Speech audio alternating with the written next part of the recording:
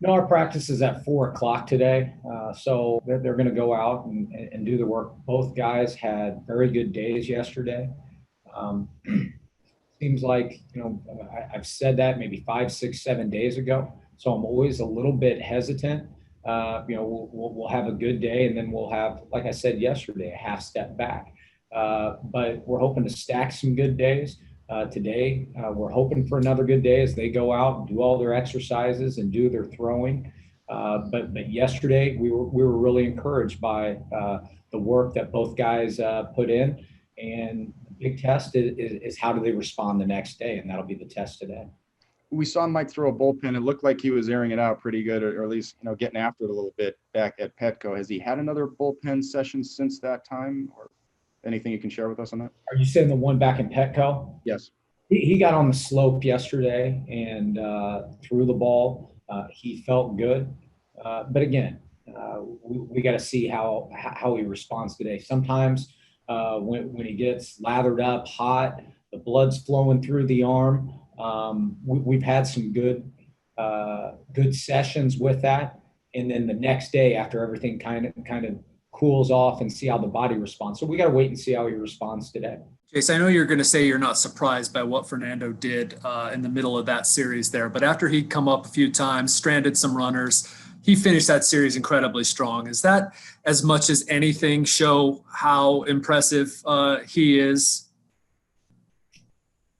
Yes, and you're right. Not surprised. What he's doing is extremely hard, especially being 21 years old and you're carrying just natural emotions. And in this game, you're going to have some small pockets of the game where things don't go your way. But I think maturity and the more he gets experience to continue to keep pushing, to keep fighting, to keep grinding, all those things. When you can do those things, the talent usually plays out at the end. So, just for all our guys, there's going to be times where things go well. There's going to be times when things don't go our way. And just in general in this game, the quicker we move on and move forward and stay task at hand, those things allow you to potentially have a better chance, later on in the game or the next opportunity that comes up. Well, I don't know if you replace Kirby Yates, first of all. And I mean that because the time Kirby's been here, the relationships, the closing out games, all those things. What I've been and we've been so excited about with Rosenthal is how he's blended in with the group so well. Obviously, his pitching, he's been fantastic at the later part of the games and closing opportunities.